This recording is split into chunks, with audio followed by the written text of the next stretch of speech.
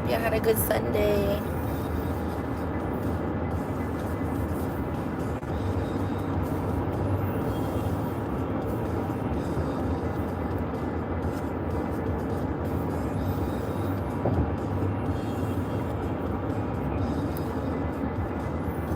Alright. Y'all look a hot mess, but it's okay. Yeah, I got my shirt. It says Grace wins every time. Cute. Alright, let's see what we got. So we're doing, the Bible study is A Journey with Jesus by Shuri Hill, and you can get this at Walmart.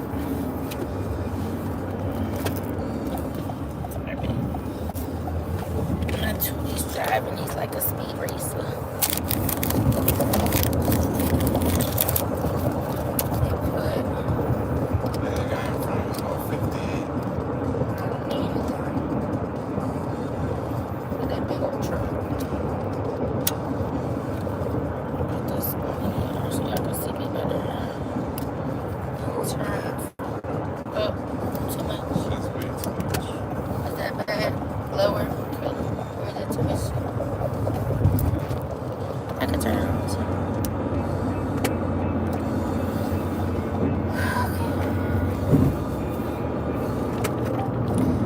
Okay, y'all, so we are reading, today is what day, babe?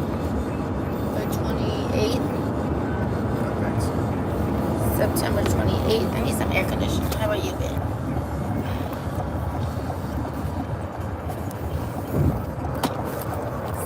Air conditioning.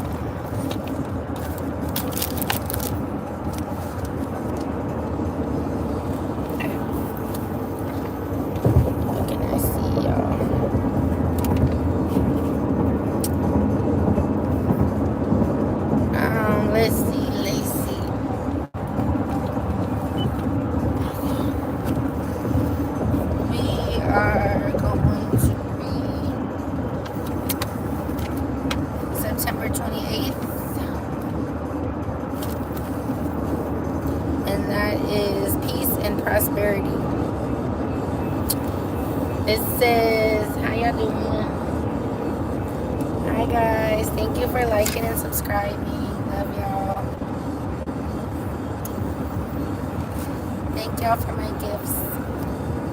So this is peace and prosperity, and this is just from Walmart. It's a devotional. The verse is Psalm 37:11, and it says, "But the meek will inherit the land and enjoy peace and prosperity." Your meekness is not weakness, it is merely strength that is controlled. If you are meek, you have an inner strength. My strength that enables, so Jesus is saying, you have Jesus' strength that enables you to be gentle and kind, even in the most terrible of circumstances. So, you know, when you're in situations and someone's trying to provoke you or expect you to react, and they're like, oh, you know, taunting you.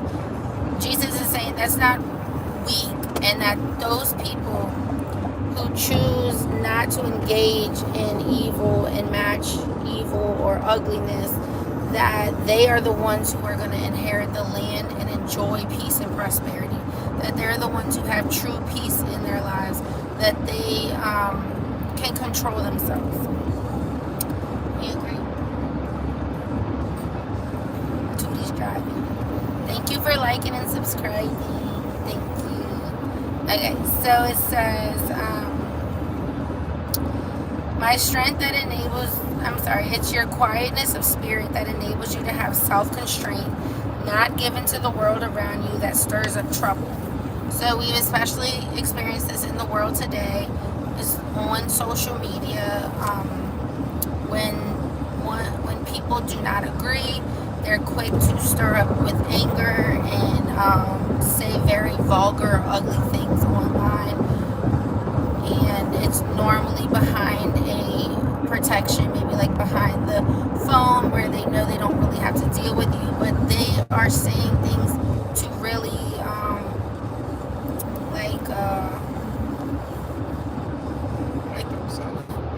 like to make themselves feel better, but like to trigger you, like saying things to trigger you, so that thank you for liking, love you, TJ. So they are saying things to trigger you and to provoke you, but we have peace in our heart. We know our stance. We have Jesus in our heart. We don't need to engage, and you need to show that, remember, God is love, and how you interact with people and how you engage and how you represent Jesus, how you go out into the world and handle situations. So while what others might consider weakness, we look at as a strength from God, and that strength is what can get us through, not just when somebody is being ugly towards us, but when we are in hardships, hard situations, deep valleys, and people look at us and like, how are they getting through such a time? How are they still putting one foot in front of the other? How are they standing up when they should be on the ground? And it's because the Holy Spirit inside of us giving us that supernatural strength to get through those things that our human strength would not be able to handle. It says, I have given you the Spirit as a gift, and you have the gift of stability through Him. We have that gift. The gift's inside of us. We just need to ask God for it. And how do we ask God? We need to pray. We need to build that relationship with Him, so that when we do need it, we have that relationship already built, that we know how to speak to God, how to talk to God, and how to call on Him and ask Him to fill us with the Spirit, and for us to have that calmness and that peace over us. If you don't build a relationship with someone, then it's hard to understand the cues. It's hard to, when you are close with someone, you can have a conversation with them without saying a word. And that's the same thing with God. Also, having a relationship builds trust. So all those times that you pray in private, that you talk to God in private, you build that trust with Him, that faith with Him. We just had a service today about faith is trust, and so you build that trust with God, that you have no doubt, zero doubt, that God will keep you level-headed. God will give you that peace that you need, that supernatural strength to get through whatever is thrown your way. It says, if you will live each day longing to honor the Father through your love for Him, you can rejoice in my victory that will give you inner peace. So I want to read that again. It says, if you will live each day longing to honor the Father through your love for Him, you can rejoice in my victory that will give you inner peace. My peace will enable you to endure hard times patiently.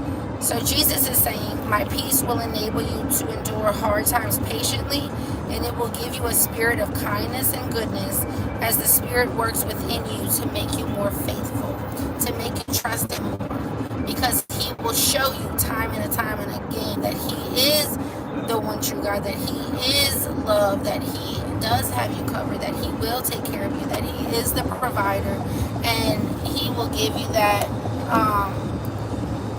He will show you that time and time again, so that you will be more faithful to Him, trust Him.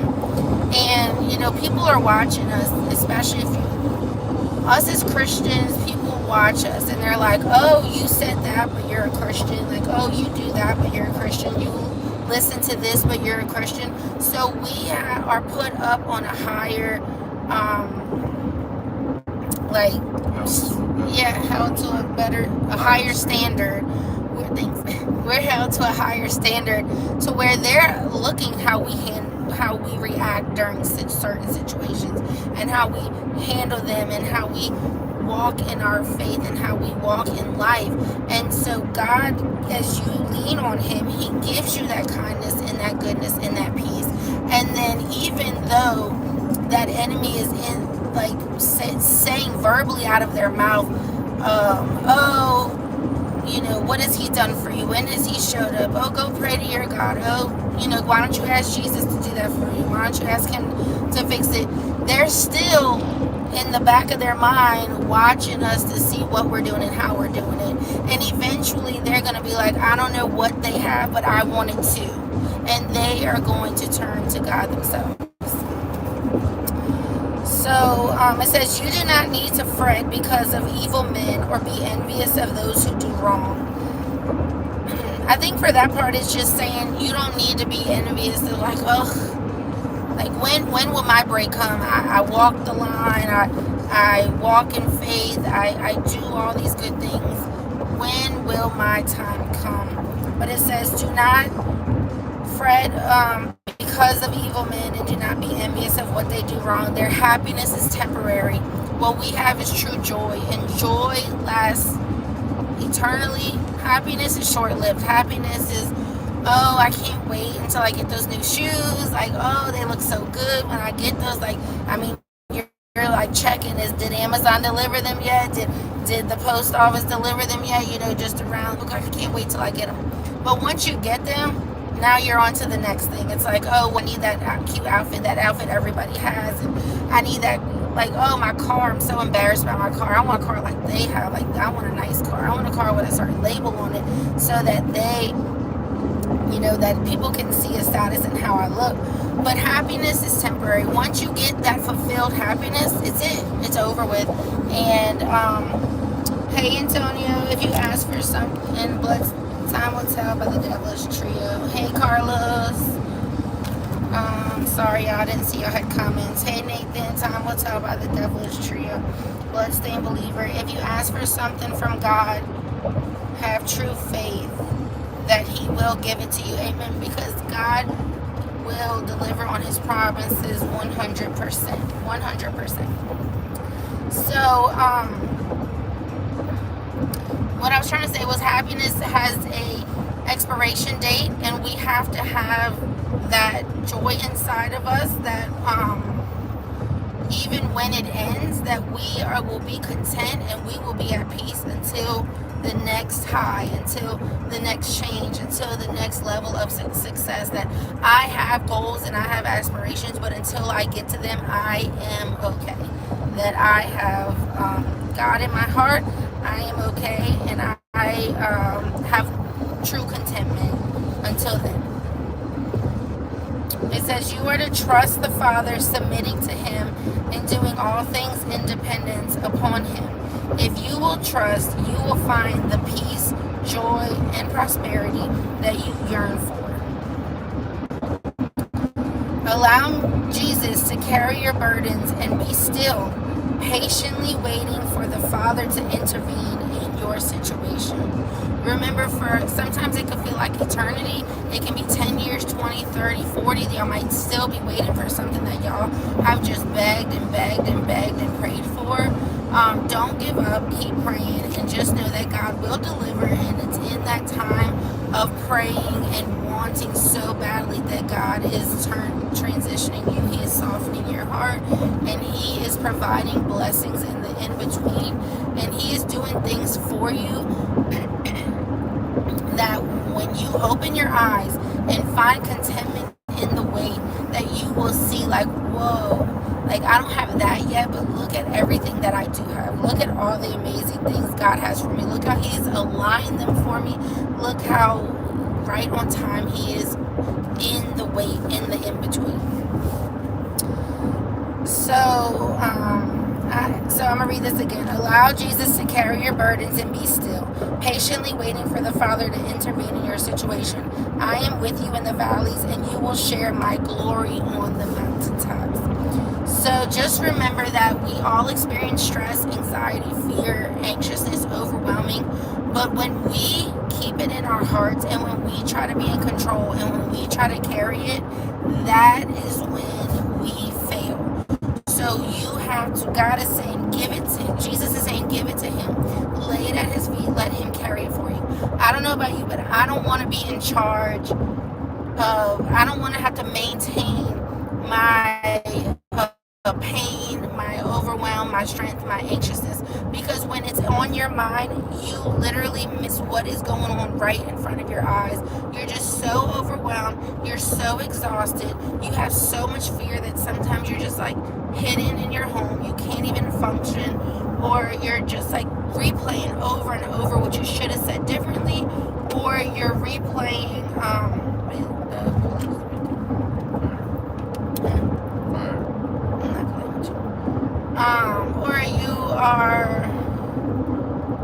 replaying over and over it, or you're just sitting here worrying so much that it cripples you to where you cannot function.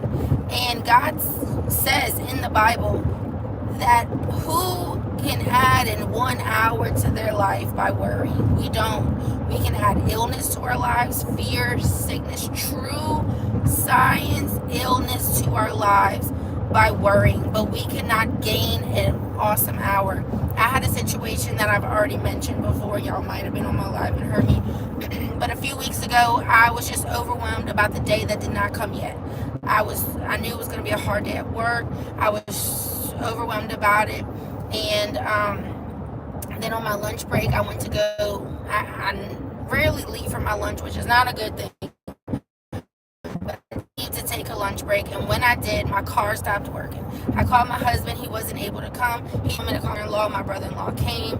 After a few minutes went by, he was able to get it started. I go back to work, and everything in that I had to walk at my job who had an issue to prepare us for Tuesday. So this was Friday to prepare us for Tuesday. So I only had one day, Monday, because we were closed on the weekend, to get everything together. So I get in the car, I put my phone on, I get on live, and I'm just venting like, hey y'all, how was your Friday? Mine was overwhelming. It was such a hard day.